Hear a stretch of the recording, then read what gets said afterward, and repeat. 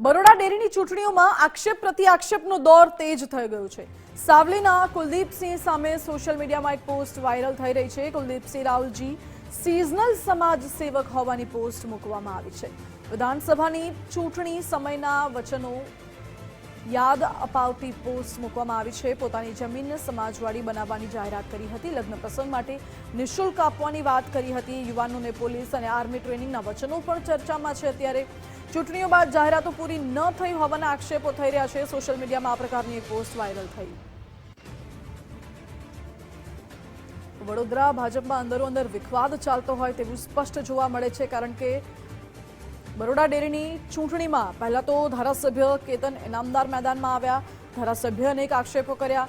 ભાજપના જ મેન્ડેટની સામે પણ સવાલો ઉઠ્યા હતા। પછી ભાજપે મોડે પણ મેન્ડેટ આપ્યા હતા અને હવે કુલદીપસિંહ રાવલજી સામે આક્ષેપોનો એક પત્ર છે તે સોશિયલ મીડિયામાં વાયરલ થઈ રહ્યો છે। એક પોસ્ટ છે આક્ષેપો કરતી, એ પોસ્ટ સોશિયલ મીડિયામાં વાયરલ થઈ રહી છે। હવે આ પોસ્ટ કોણે મૂકી છે, કયા ઉદ્દેશ્યથી મૂકી છે, એ કંઈ કહી ન શકાય, કારણ કે તપાસનો વિષય છે, પોલીસનો વિષય છે। પરંતુ આ પોસ્ટમાં એવું લખવામાં આવ્યું છે કે કુલદીપસિંહ રાવલજી સિઝનલ સમાજ સેવક છે।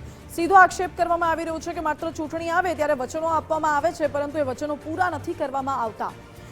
પોસ્ટમાં એવો પણ ઉલ્લેખ કરવામાં આવે છે કે જે તે સમય ચૂંટણીમાં તેમણે એવું કહ્યું હતું કે પોતાની જમીન છે સમાજવાડી બનાવવા માટે હું આપી દઈશ, લગ્ન પ્રસંગ માટે હું નિઃશુલ્ક આપીશ મારી જમીન, જેમાં સમાજવાડી બનશે।